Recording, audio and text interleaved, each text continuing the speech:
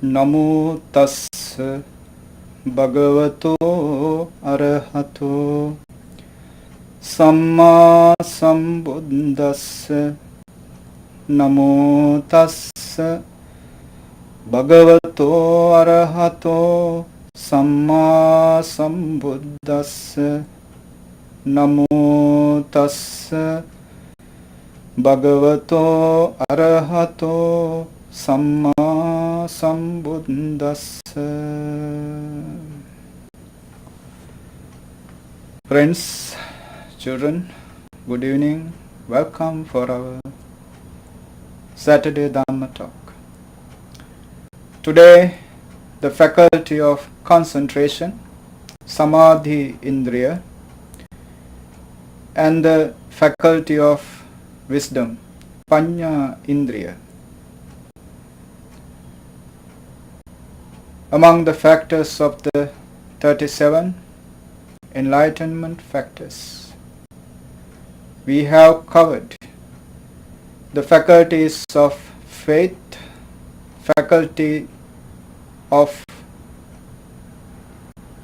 energy, and the faculty of mindfulness. Today, the last two faculties, Samadhi and Pañca. Without further ado, let's begin this talk on Samadhi and Pañca. They should be balanced, they should be balancedly developed. For if somebody is to develop Samadhi, forgetting the concentration, forgetting vipassana, wisdom, he will be stuck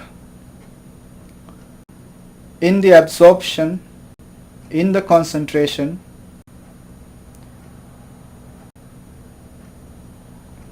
creating the result that he is being stuck in the samsaric process without getting out of it. Samadhi supports Pañca to arise. Pañca supports Samadhi to maintain. Samadhi, translated usually as concentration.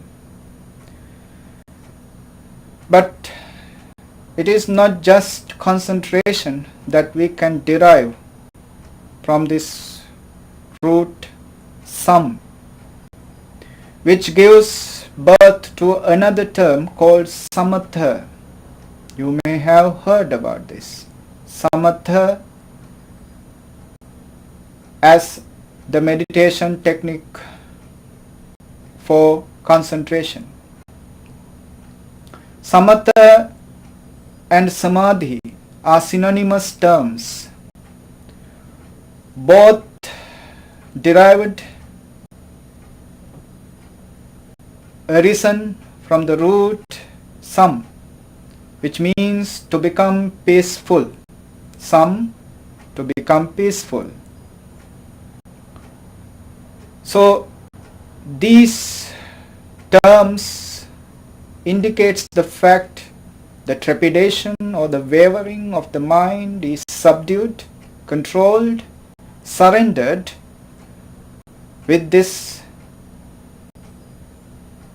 practice on the Samadhi or Samatha. Now, there are 7 universal Chaitasikas, mental factors.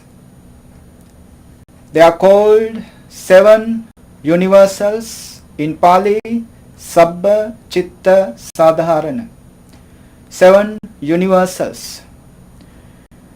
When I say these Pali words, you no need to remember these Pali words much. Pali is important for chanting.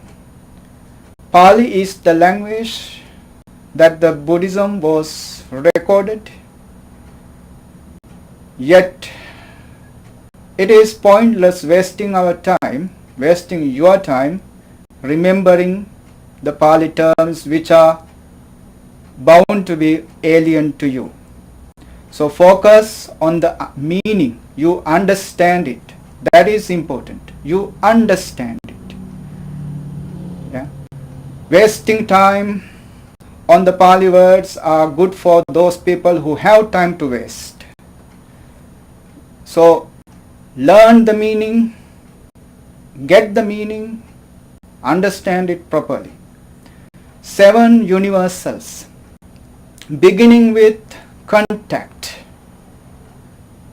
then feelings, then perceptions, volitions, then comes one-pointedness, then the mental life faculty and the attention. These are the 7 universal mental factors. Why they are called universals? Because for every living being, especially for human being, at the rudimentary level, these factors are in existence.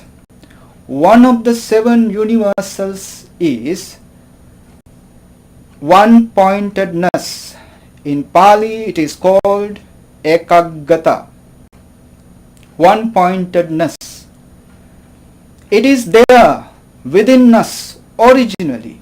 We were born with it. What is the nature of this mental faculty?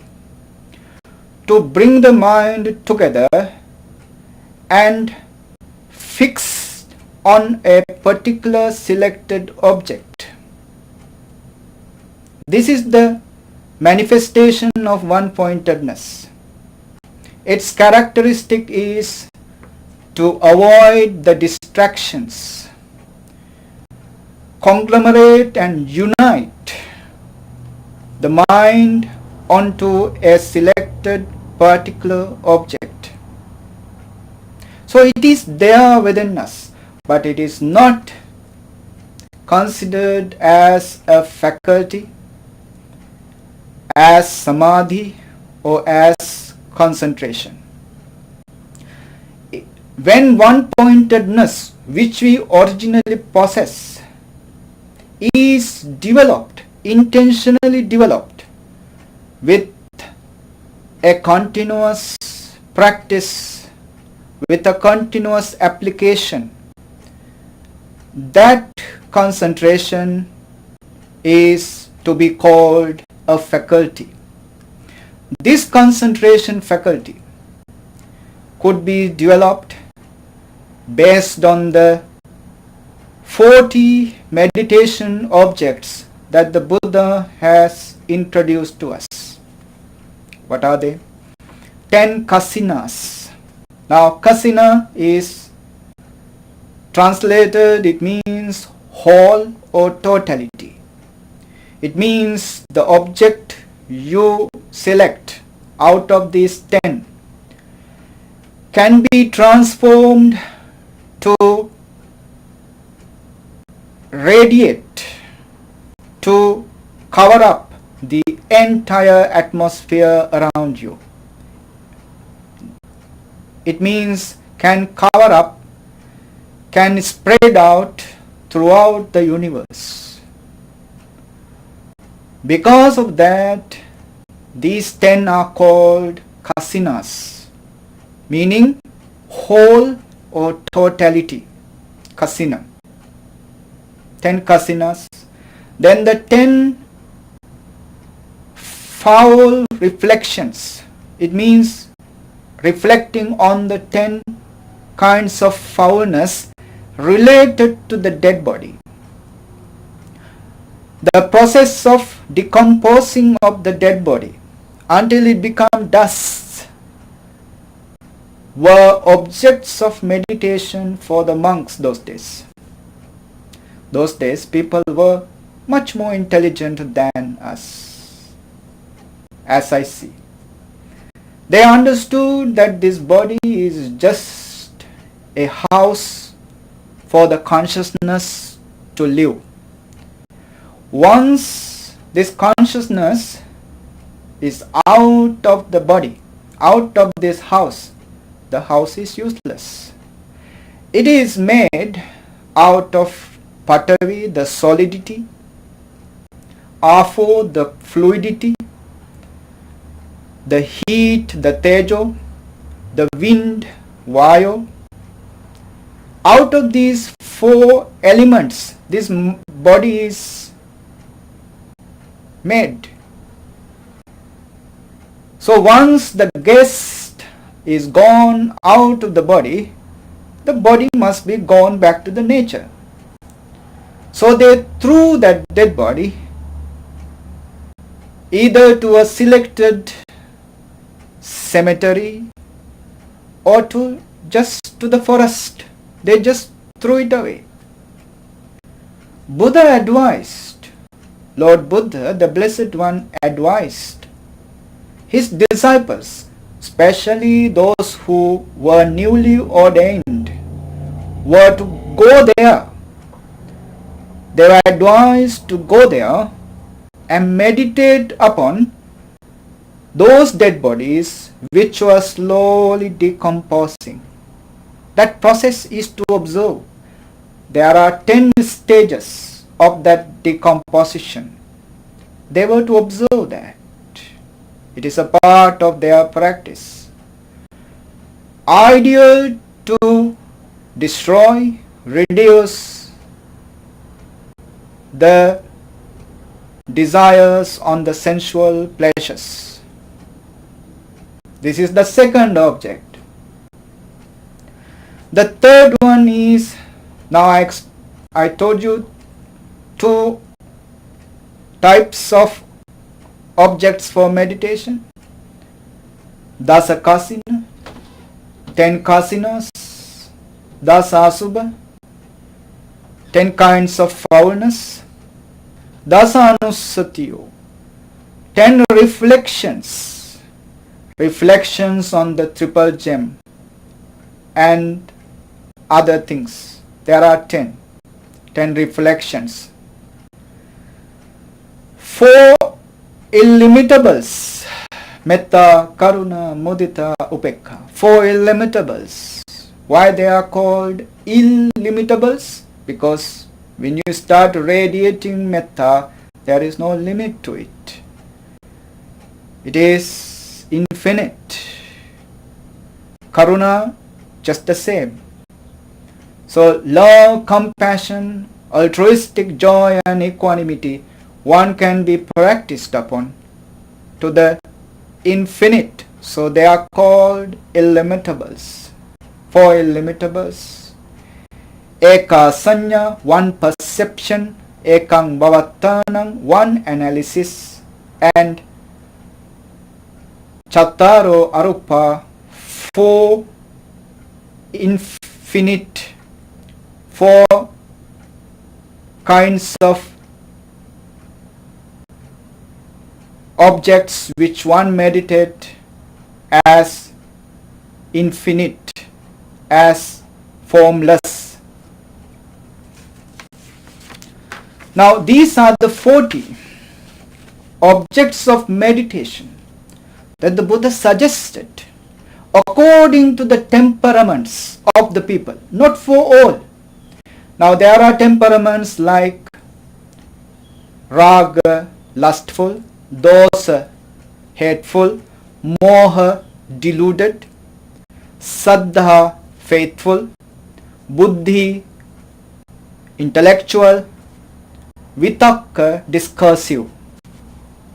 These 6 types of temperaments are there basically.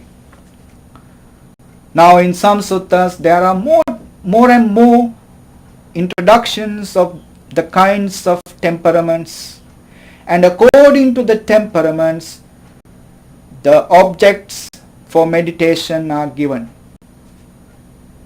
According to the temperament, not for all. Because if it is fixed, if it is connected to the right temperament, right object is connected, then his meditation is faster. In this meditation, there is another expectation. It is a two-way development, two types or simultaneous development of the two sides. One side is one-pointedness, concentration is developed. With the development of concentration,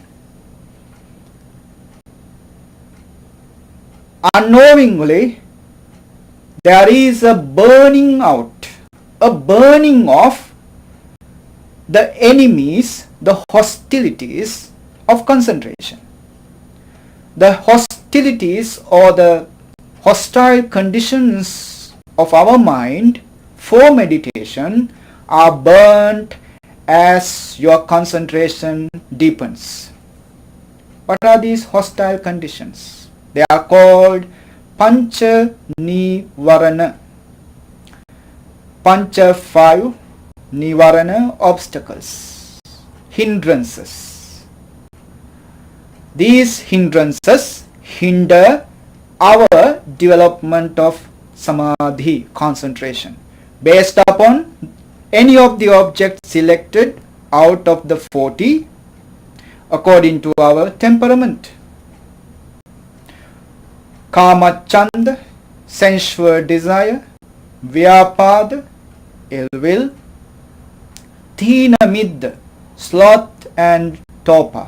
You practice, you will see how sloth and torpor is powerful and make you fall asleep, stop your meditation totally. Yeah, sloth and torpor, thina mid, uddach kukkuch, restlessness and worry; vichikicha, doubt. Now these 5 hindrances, sensual desire, ill will, sloth and torpor, restlessness and doubt, worry and restlessness, we call it worry and flurry, and doubt. These 5 hindrances are subdued, suppressed, controlled as your concentration is developed based on a declared or explained process. It is not a random way that your concentration is developed. It is based on a particular formula of development. It is an organized development, organized on the jhana factors. Jhana we call jhana because of the burning. Because of the burning of the 5 hindrances, we call these factors jhana. Burning is the meaning.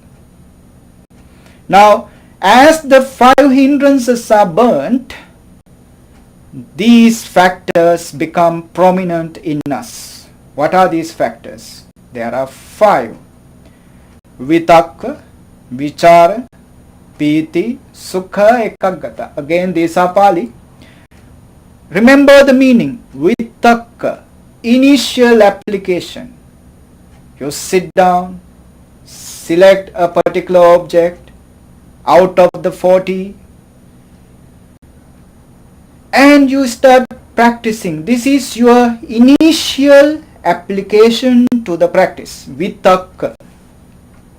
It is like a bird on a branch of a tree. He just flapped his wings so fast before his flight to begin. Before his flight to initiate, he flaps his wings few times very fast. This is the initial application. Initial application. Or a bee rushes to a lotus. Rushes to a lotus, comes to a lotus. This is the initial application of the being. And then what does he do? He rotate, he circumambulate, he hang around that lotus. Now this is the hanging around on the object, selected object. It is called vichar. Vichar.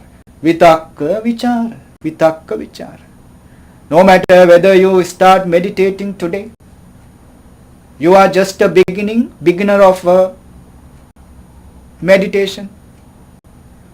Still, this is what you have to do. Bring your attention, bring your awareness to an object. That is initial application. Then keep that awareness on the object.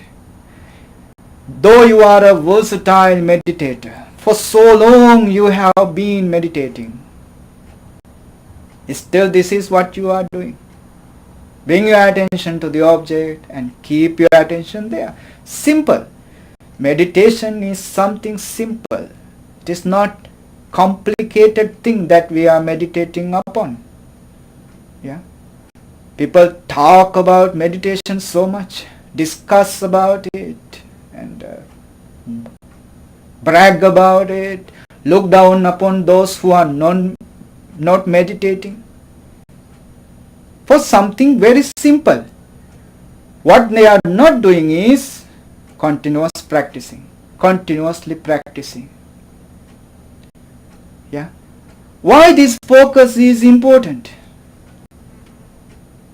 Because to understand, to comprehend something, you must linger upon your awareness sometime on that object to understand it properly.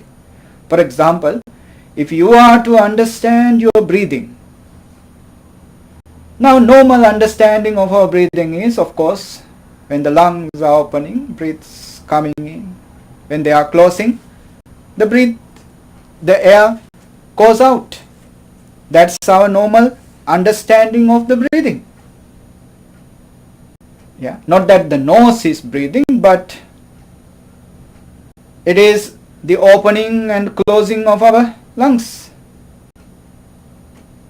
But when somebody is continuously, repeatedly, attentively watching this breathing for so long, he will find all sorts of varieties in the breathing. All sorts of diversities there. Yeah. Differences are there. All the secrets in this breathing is understood to that person. It is his own personal understanding. Not from a book he learnt this. Personal understanding. So much things to understand on this simple process of breathing. The whole world exterior and the whole world interior is connected with the breathing. He understands it. The secrets he understands about the universe, about the inner world and the outer world is via the simple process of breathing. He concentrates upon it. He understands it. For example, you draw a man's portrait.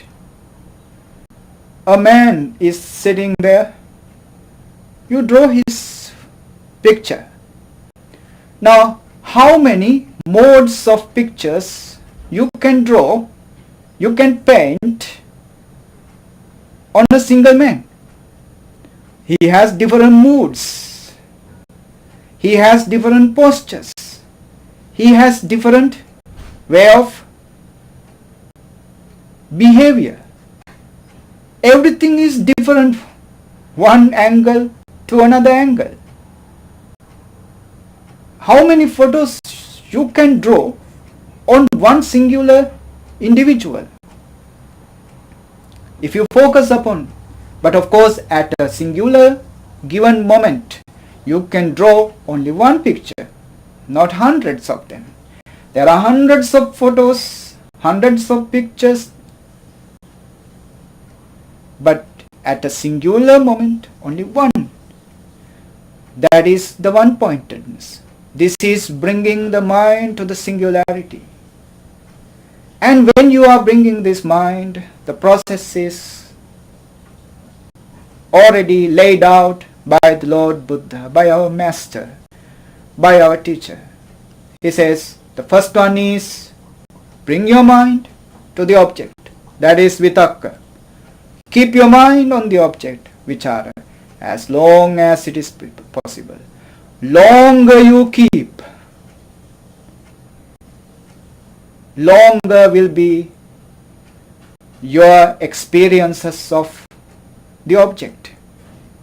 And when you are practicing on this vitakka vichara, initial application, sustained application, unknowingly arise in you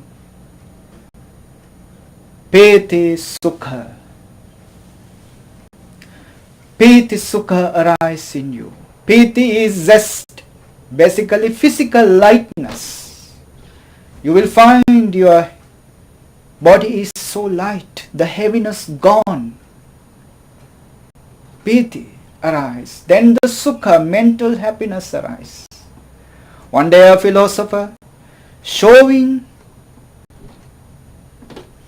the Buddha's image under a tree, he exclaimed, look at this prince.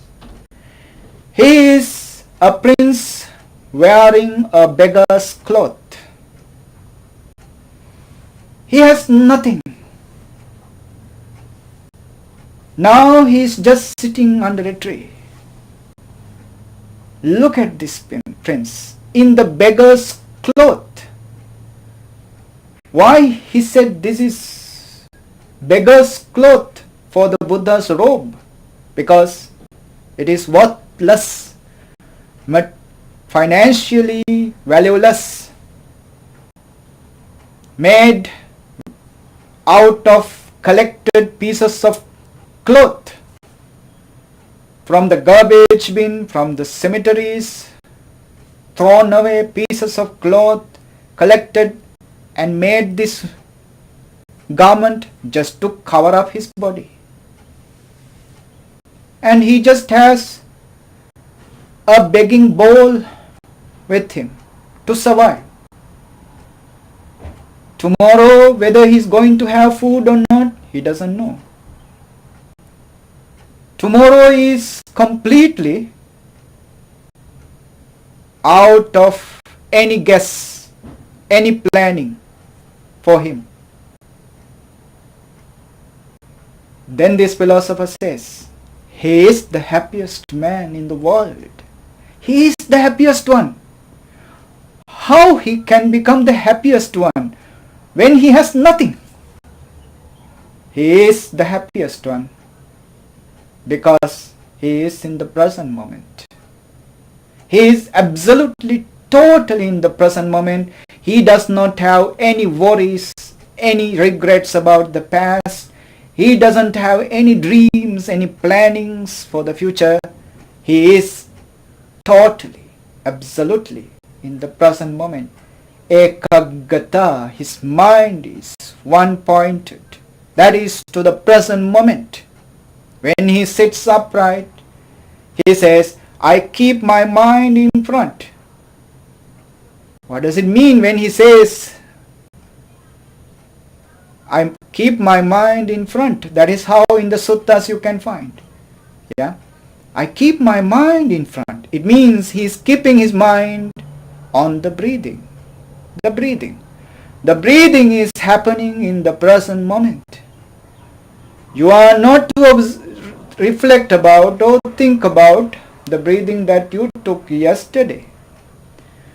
You are just to observe the flow of this natural breath is going in and coming out on its own accord.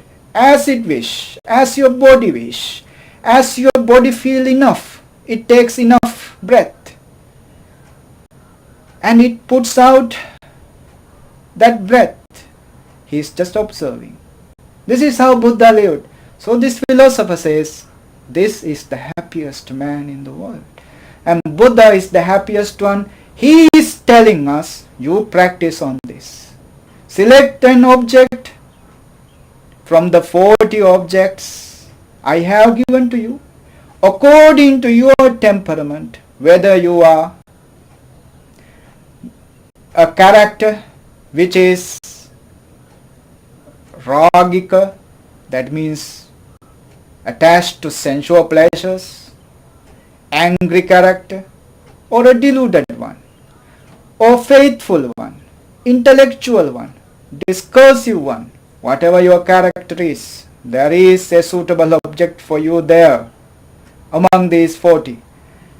Select one, then start your practice. You bring your focus on the selected object, keep your focus there. Initial application, sustained application. Then, as the time passing by, unprecedented happiness, physically and mentally, you will experience piti sukha. And of course, the last factor of jhana is concentration, ekaggata. So these are the 5 factors of the first jhana. Vitakka, initial application. Vichara, sustained application. Piti, zest. Sukha, happiness. Ekaggata, one-pointedness. As you are continuously practicing, you may not need initial application, sustained application.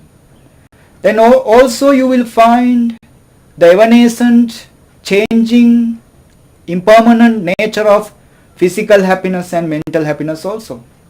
So likewise, you will get rid of these gross level of mental factors, jhana factors, and go to the subtle levels. And when you develop, now there are 8 kinds of jhanas, 4 in the fine material level, 4 in the immaterial level. 4 fine material levels are the ones we just began. Vitakka, vichara, piti, sukha, ekaggata. That is the first jhana, first absorption. Second one is vitakka, vichara gone. Piti, sukha, ekaggata. Third one, piti, physical happiness given up. Sukha, ekaggata. Third jhana. Fourth jhana, sukha also given up. Instead of sukha, upekha, equanimity is absorbed, because all the feelings are impermanent. Then he is into the equanimity, that intermediate level. Everything is changing. Why should I be attached to? Equanimity. So, fourth jhana is upekha ekaggata. After that, from the fine material, from the rupa avachara level, he develops to the immaterial level. Yeah, immaterial, akasa nanchayatana. That is the observing the infinite nature in the space. One day I will explain to you how this process going on. This explained very clearly. How can one move from the fine material, rupavachara, to immaterial? But today just remember the 8 absorptions. First 4 just now explained. The second 4 begins with the infinite space, observing, concentrating upon the infinitude of the space. I was explaining that when somebody practices on vipassana, Vipassana means vividakarato dassana, observing in different angles, not just from one angle, not just from one aspect, but from all diverse aspects you observe a particular object, then you get the clear picture of it. So vividakarato dassana, observing from different angles, is vipassana. With the wisdom, one understands the true nature, true characteristics. Everything momentary. Now, some meditators, meditation masters, they say it is the choiceless awareness.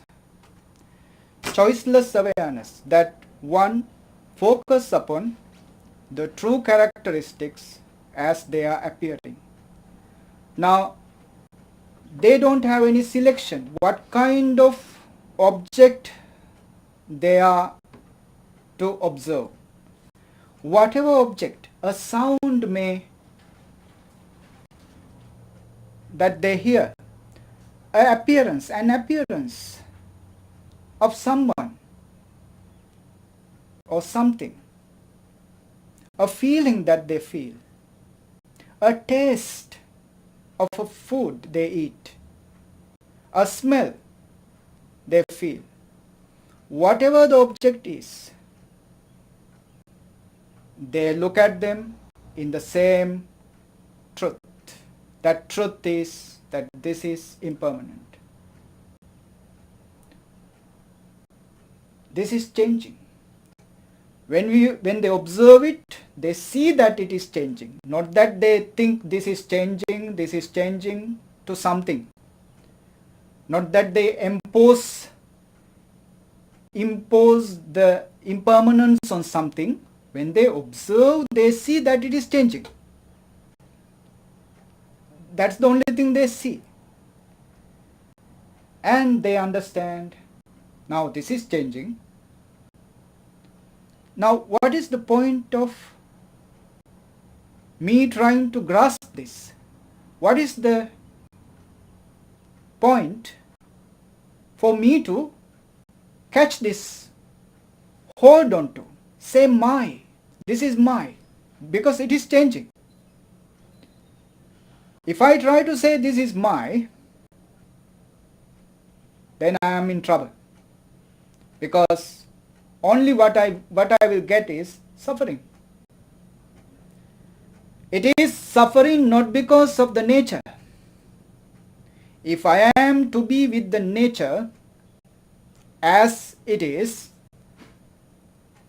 I am not contradicting with the nature.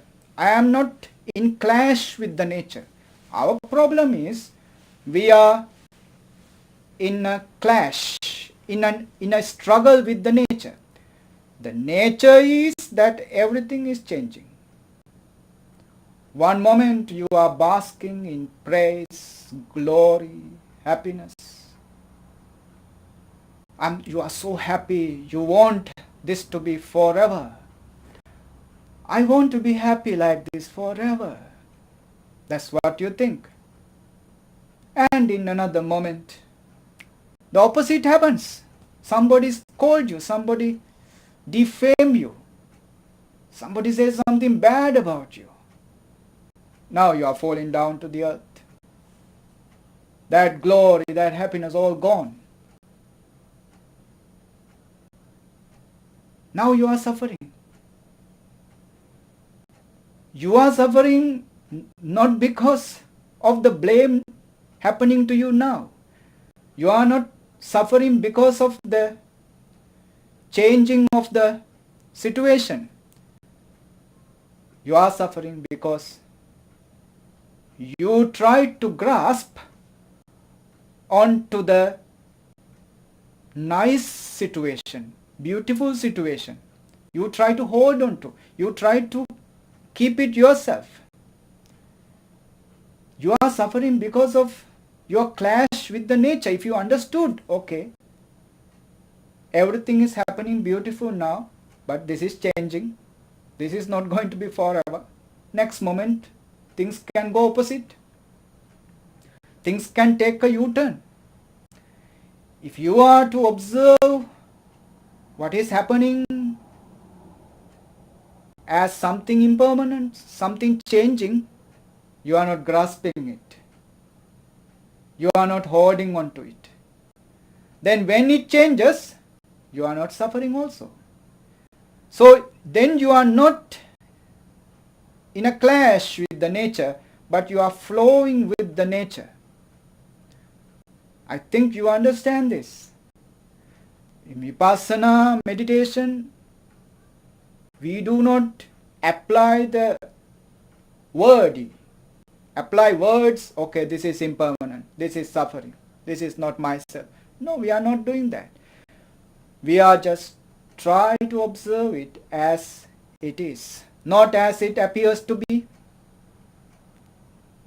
but as it is. When you observe something as it is, Buddha says, you will see only one nature, changing nature. Don't clash with it. Don't fight with it. Flow with it. Go along with this nature. Then you are not grasping, you are not craving for the things changing. Because you know, if you are craving for the things that are changing, you are suffering. This is wisdom. This is bringing the light to the darkness. This is removing your cataract so you can see the reality as it is. This is putting on glasses to your half blindness. Because our mind is capable of feeling the truth. Our mind is capable of feeling the truth when it is happening. But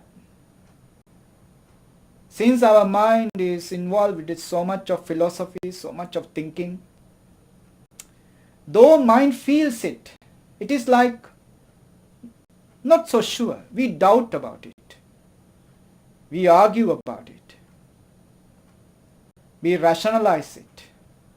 We don't trust the feeling of the mind. We are correct.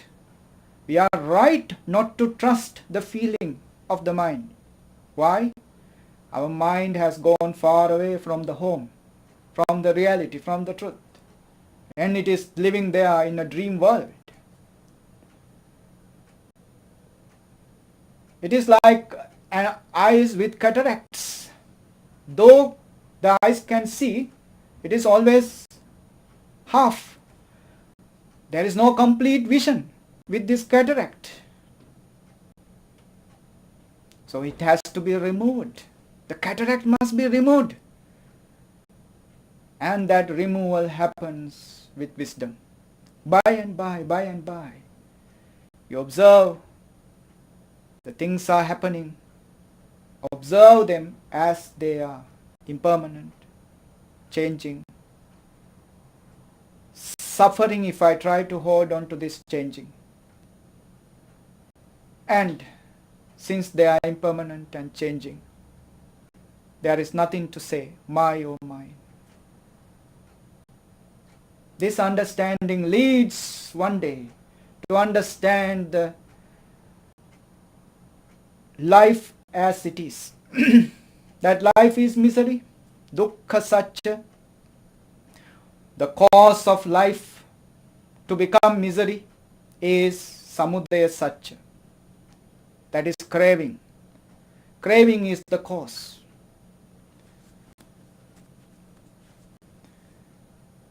And how to get rid of this cause of suffering? Nirodha satya. Getting rid of the cause of suffering, Nirodha satya. And the path to get rid of the cause of suffering, Magga satya. This, the truth, the cause of the truth, removal of the cause, the path to remove the cause, the Four Noble Truths, will be revealed to that person as not a knowledge, but his own understanding, but his own realization. That is the pinnacle of the development of faculty of wisdom. Alright, so this is the finale of our explanation on the actually five faculties. The faculty of saddha, faith or confidence. Faculty of virya, energy. Faculty of sati, mindfulness. We explained in 3 talks these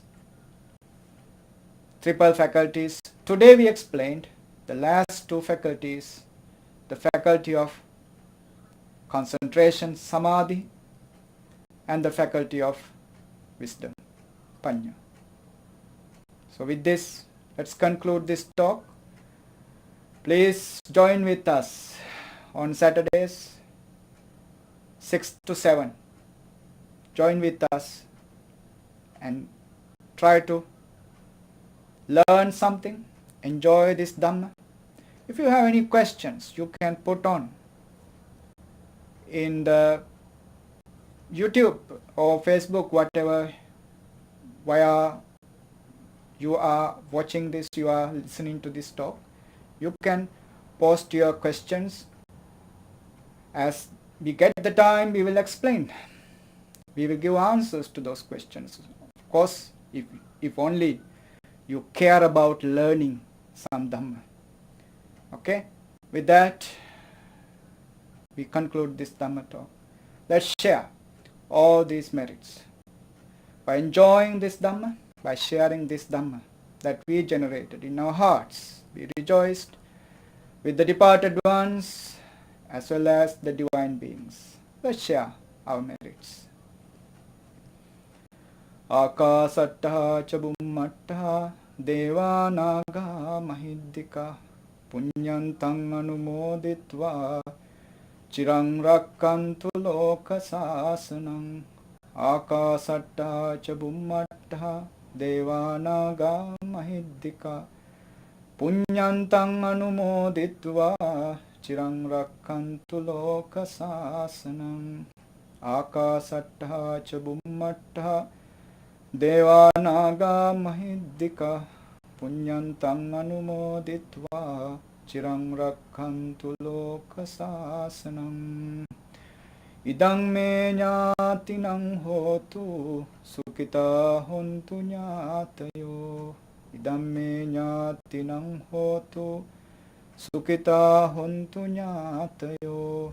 Idam me ñātinang hotu sukita hontu ñātayo. Blessings for you.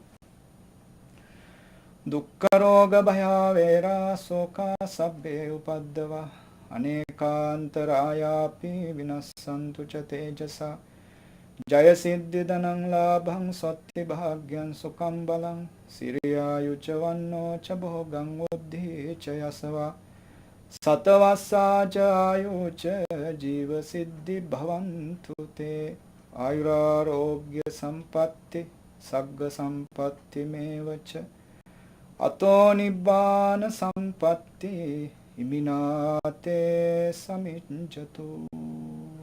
Sadhu, sadhu, sadhu.